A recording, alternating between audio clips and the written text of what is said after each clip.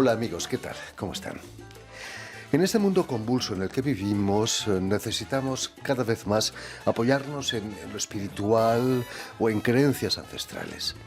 Confiar nuestras cuitas o rendir culto a fetiches a los que se les atribuye el poder de gobernar una parte de las cosas o las personas nos puede hacer sentirnos mucho mejor.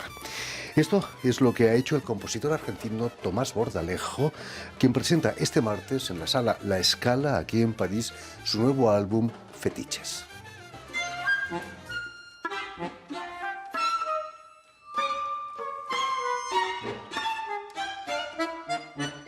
Je m'appelle Tomás Bordalejo et je suis compositeur.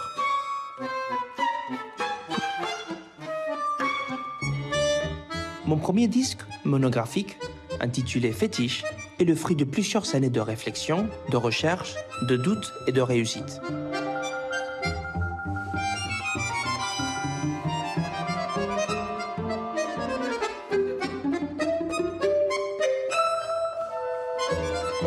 Il est le point d'orgue d'une étape de mon parcours marquée par le mûrissement de ma technique compositionnelle. Y precisamente para hablarnos de este nuevo álbum y del concierto monográfico que va a servirle de presentación, Tomás Bordalejo ha sido tan amable de venir a nuestros estudios. Muy buenas tardes, Tomás. Buenas tardes, Jordi. Y muchas gracias por volver, como dice el tango, ¿eh? Bueno, siempre es un gusto. Empecemos por el principio. Has nacido en Buenos Aires en 1983, si no me equivoco, y que tu primer instrumento fue la guitarra. Creo que la música estaba muy presente en tu casa, ¿no? Padre, cantante de tango, guitarrista, me contabas, en tu familia. Era inevitable, ¿no?, meterte con la guitarra. Sí, la realidad es que la música siempre estuvo presente o con mis primos que tocaban la guitarra, o con mi hermana que fue los primeros pasos en que los di, o los di con ella aprendiendo, los acordes como se aprende en la música popular. O mismo con mi hermano que tocaba la batería, que luego no fue baterista profesional, pero todo eso estaba ahí y eran juguetes con los cuales yo iba y podía pasar un poco de tiempo. Y sobre todo esa figura emblemática de mi padre, que nunca, no lo vi cantar, no lo vi en actividad. Pude hace poco tiempo empezar a acompañarlo en fiestas, en momentos familiares en los cuales puedo compartir con él, pero está en el ADN, está en la genética. ¿No se te pasó por la cabeza seguir los pasos de tu padre y cantar? Mira, Tiene una bella voz también. Bueno, muchas gracias. Hice mucha comedia musical. Cuando fui niño hasta que cambié la voz, actuaba mucho y cantaba mucho en comedias musicales en el colegio, pero eran eventos importantes en mi vida porque me preparaba todo el año para eso, a la par que seguía tocando y aprendiendo y mejorándome con el instrumento. Pero sí que hubo un poco eso de canto, y ahora todo ese canto interior, que es el oído interior que se utiliza mucho en composición, que hay que tratar de escuchar todo, de estar bien seguro de lo que uno quiere luego volcar en el papel. Ahí sigue presente mucho el canto, porque canto mucho cuando escribo, así que estoy siempre cantando de una Por supuesto. forma u otra. Allí en Buenos Aires vas a estudiar jazz, música improvisada, durante 3 años, ¿no? ¿El tango era demasiado viejo quizás para ti? El tango era un universo un poco cerrado, era difícil de acceder. Pude acceder gracias a la generosidad de un gran guitarrista argentino llamado Horacio Avilano, con el cual pude empezar a irme a tocar con él, y él un poco y con estos primos también, ¿no?, que estaban ahí en casa, y el tango estaba muy accesible, pero al mismo tiempo es una cosa que nosotros en Argentina, bueno, voy a hablar particularmente por mí mismo, yo le tengo mucho respeto. A nuestra música popular le tengo mucho respeto porque, hay muy grandes figuras que hicieron historia, y todo eso son monumentos vivientes, los que todavía están, y los que no están más siguen viviendo a través de las composiciones y de las poesías también. Así que es un patrimonio muy importante al cual uno le tiene bastante respeto. Es difícil tener el peso de Gardel encima, ¿no? Gardel, Grela, Bartolomé Palermo, y más cerca de nosotros, Ciro Pérez, Hugo Rivas, Rudy Flores, son sí, estoy citando guitarristas en el caso de algunos, pero sí, toda la música popular es una cosa, sí, Quizás no es para cualquiera. el jazz te sirvió como escalera para llegar a la música más seria contemporánea.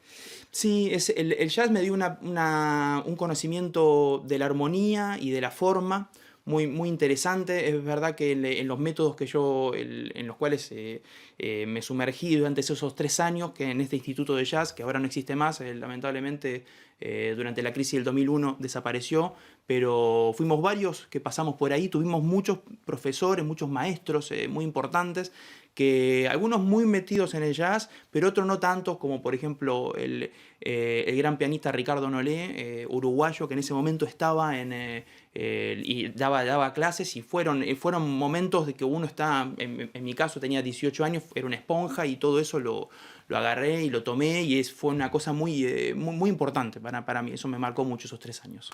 Y con solo 22 años, Tomás, vas a venir aquí a Francia, a París, y vas a estudiar en el Conservatorio de Gennevilliers, quizás el más argentino de todos los conservatorios.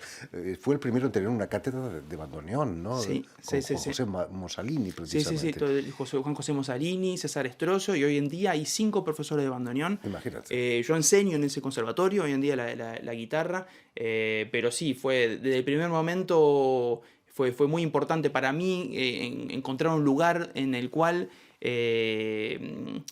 ser inmigrante era una cosa más. Positivo casi, ¿no? Por supuesto. Francia se sabe que es una tierra de inmigrantes y que en el cual uno se siente bien, porque fue una tierra que está llevada a cabo es un país que está llevado a cabo por inmigrantes, así que es una cosa muy de ahora y de antes también, así que es muy en Gennevilliers, ni bien llegué me encontré como en casa, fue muy acogedor, y bueno, la realidad es que me fui luego a hacer mis estudios superiores a otros conservatorios, pero la realidad es que volví en 2013 para dar clases, y ahora hoy sigo estando ahí.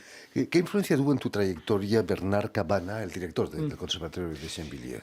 Bueno, ahora dejó el cargo, no está más, la jubilación, porque ya era hora que determina un nuevo director, pero Bernard fue una persona muy importante, y lo sigue siendo, es un confidente y es como una voz que uno tiene, que ahora puedo hablar por teléfono, pero en el día que no esté más lo voy a seguir teniendo, porque es una voz de la conciencia, y la verdad que me ayudó mucho.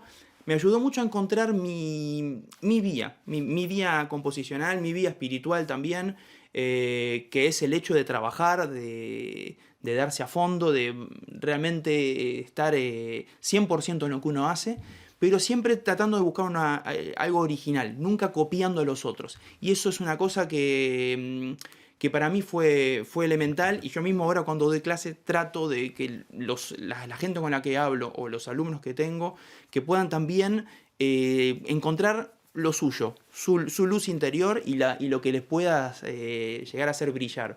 Que no es lo mismo, porque existen los profesores que quieren hacer imágenes, reflejos de ellos mismos. Y algunos son fantásticos, y algunos de esos reflejos también son fantásticos, pero bueno, la originalidad del mundo, como estamos hablando hace un rato de guitarristas o de figuras del jazz, cada uno los que nos terminamos llevando y que nos marcan, por lo menos en los que me marcan a mí, son los que son diferentes, el que tiene un sonido diferente de guitarra. Pienso en Roberto Grela, inventó casi un sonido en la guitarra del tango, y bueno, por ejemplo, esas cosas son las que me marcan. Lo mismo con un compositor como el Bernard Cabana. Son figuras que me marcaron por su originalidad, y es lo que él siempre impulsó. Imagino que también te marcó el hecho de ser compositor en residencia en el INERCAM, nada más y nada menos, ¿no? Bueno, ese año, en 2016, que recuerdo que había venido aquí a hablar de ese concierto que se llevó a cabo en la Filarmónica de París, fue un momento muy importante para mí, porque el INERCAM es una institución fundada, como lo sabés, por Pierre Boulez, y en ese momento en el cual se creó el Centro Pompidou, es un momento de mucha efervescencia cultural, y que marcó mucho ese momento en los años 70, 80 así que fue una cosa muy importante para mí poder estar ahí, que es la cuna es la cuna de la vanguard, es la cuna de lo más contemporáneo que hay, y también es una institución de la cual yo estoy en sí bastante alejado de las instituciones, así que para mí fue un gran regalo poder estar ahí durante un año, poder estar trabajando con investigadores que la mayor parte no son músicos, son investigadores, trabajan con cálculos, trabajan con otras cosas diferentes, pero llegamos en algún punto a conectar, a hablar, y lo que es interesante, como todos los centros de investigación, cualquier sea la materia en la cual se trabaja en un centro de investigación, puede ser acústica o de salud, lo interesante es que siempre se ve hacia el mañana, cosas que todavía no son tangibles, y es eso lo que es súper positivo, y a mí me favoreció mucho porque inventamos un sonido de una guitarra que todavía no estaba. Y bueno, que ahora sigue su vida esa guitarra. Le Sí, estamos viendo precisamente esa guitarra. Esta no, lo preciso. Esta no es exactamente. Es una imagen que tengo en mi sitio de internet para graficar un poco eso. Pero si se quiere, se podría hacer. Es una linda metáfora. Es por eso que elegí esta foto. Porque en esa guitarra criolla, como le llamamos nosotros en Argentina, el investigador francés colocó de lo cual están hechos los parlantes. Los parlantes están hechos de un emisor y de un pabellón, de un cono. En lugar de utilizar el cono, él utilizaba la madera, donc, la table d'harmonie, como se llama acá, que es la madera de la guitarra, como cono. Entonces conectaba directamente los emisores y podía sacar música, amplificar música a través del instrumento. Entonces uno, por ejemplo, podía tocar con otra música que sonaba de fondo o tratar de trabajar todos los tipos de diálogos entre el sonido del instrumentista que tocaba en ese momento y un sonido grabado de antemano. Entonces, ese tipo de diálogo es muy interesante. Fantástico. Estamos saliendo poco a poco de la pandemia para meternos cada vez más en la guerra. ¿Cómo viviste esos difíciles meses de paro cultural? ¿Fueron fértiles, quizás? Mira, sí, por un lado hay desde el punto de vista mecánico, de todos los días, no cambió mucho, ya que paso mucho tiempo en casa encerrado, mucho tiempo solo. Por ahí esa fue la diferencia, que nos encontramos a varios en casa, eso cambió un poco, pero siempre la soledad es casi una cosa obligada cuando uno crea algo, cuando uno inventa, imagina, hay que estar solo consigo mismo, y es así. Así que en ese sentido, tener mucho tiempo libre no cambió. Lo que sí fue bastante difícil desde el punto de vista existencial, sobre todo en la primera pandemia, el no saber qué es lo que iba a pasar. Y ese tema por ahí me perjudicó un poco en la fertilidad, ya sea como instrumentista o como compositor, en el hecho de que no había no tenía muchas ganas de ponerme a escribir. ¿Por qué? Porque no sabía si se iba a poder estrenar, si se iba a poder hacer. Hice 2 pequeños trabajos para un coro en el cual hicimos una obra coral vía Zoom, que se grabó en Zoom al mismo tiempo, que fue un tipo de proyecto que fue el ensamble vocal Le Cri de Paris, parisino, que llevó a cabo ese proyecto, en el cual formé parte, y una pieza electroacústica. Fueron casi las 2 cosas que hice durante la pandemia. Y bueno, después, a medida que se fue reactivando con las idas y vueltas, bueno, fue más y más fértil, porque tuve que aprovechar los momentos de encierro para poder trabajar lo máximo. Y ahora la guerra. Si la Primera Guerra Mundial cambió la estética de las artes, en Europa sobre todo, ¿crees que una guerra en Ucrania puede también influenciar en el rumbo de los compositores? Y sí, seguro, eso nos marca a todos. A mí, dicho sea de paso, aprovecho para decir, todo este momento de difusión alrededor de mi disco me parece casi superficial al lado de lo que está pasando. Al mismo tiempo, no podemos hacer mucho. Estamos tratando, por mi parte, participar en conciertos solidarios, cosas que se puedan hacer para poder ayudar a través de la Cruz Roja, y poder hacer cosas para ayudar, y para tratar de que salgan lo más rápido posible de eso. Pero bueno, para responderte a tu pregunta, obviamente eso va a tener marcas en todos nosotros, obviamente en la cultura también. A nivel musical, yo pienso, lo que más me impresiona, si se quiere, a nivel de punto de vista más artístico y la visión es la frivolidad que hoy en día tiene el hecho de tener las imágenes. Michael Haneke, el realizador, director austríaco, ya mostró eso hace años en Funny Games, en su película, en la cual uno puede ver,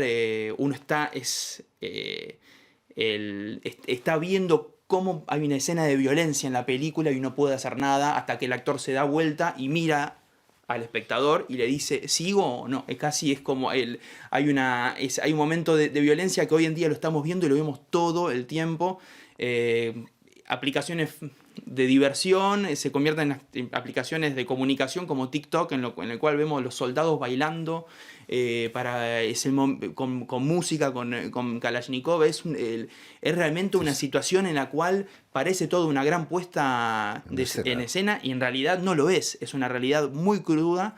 Y entiendo que estén bailando en los momentos libres para poder divertirse un poco, porque es gravísimo lo que está pasando. Y hoy en día, en el siglo XXI, volver tan atrás en la historia es una situación casi impensada. Pero la realidad es que hay que asumir lo que está pasando y tomar una posición clara. Por supuesto. Volviendo al concierto de presentación de tu nuevo álbum, Fetiches en la Scala de París, ¿eres fetichista, Tomás? No, para nada, para nada. ¿Cuáles son tus fetiches en este disco? Soy un gran creyente, que tuve una etapa muy larga como católico, luego lo dejé un poco. Y en realidad en lo que siempre creí fueron en estos tipos de amuletos, en lo que en realidad habla de la palabra, en el origen antiguo, la palabra fetiche, habla de eso, habla de pequeños amuletos, pequeñas, pueden ser piedritas, pueden ser un regalo que alguien le hace a otra persona, y esas cosas me acompañan. Yo junto mucho, eso también lo heredé de mi padre, junto muchas cositas, que tengo cajas en mi casa de cosas que me recuerdan. Y solamente el verlo o agarrarlo o olerlo me manda directamente a ese momento, a ese lugar. Y ese tipo de fetiches es un poco la analogía y la metáfora que quise utilizar porque en este disco, para este título, porque estos pequeños objetos son los pequeños objetos musicales que fui encontrando, cosas que fui trabajando y investigando con los músicos.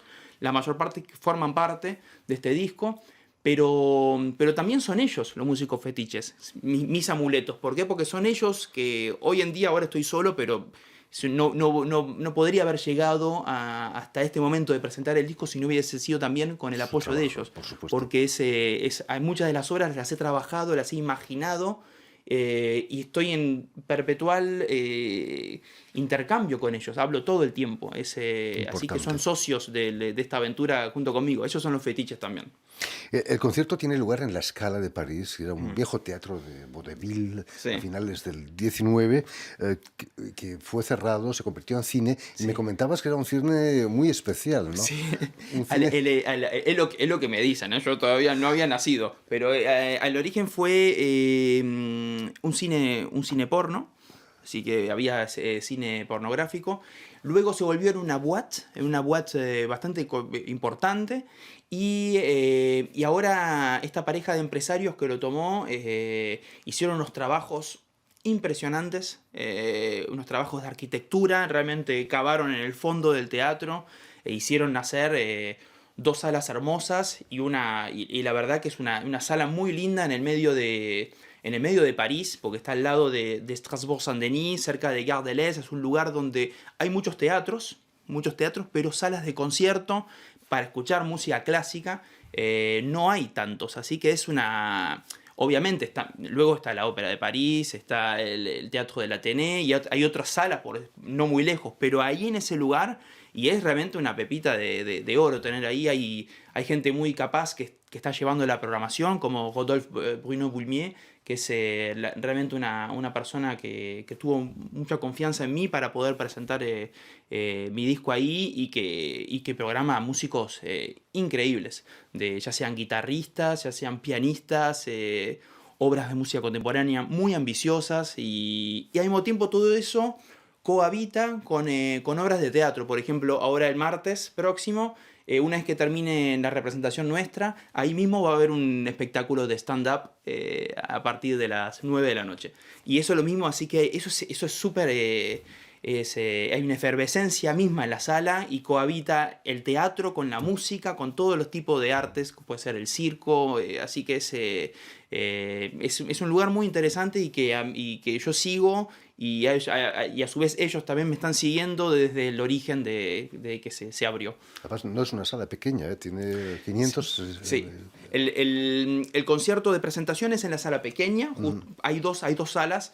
La sala grande es realmente para un espectáculo. El concierto de martes lo que es importante y aprovecho para invitar a los parisinos o a la gente que esté en París de paso en estos días, es que va a ser una avant-première. ¿Por qué? Porque el disco va a estar realmente en todas las plataformas a partir del 1 de abril, así que esto es un lanzamiento realmente para algunos, van a ser 200 personas que van a poder estar ahí.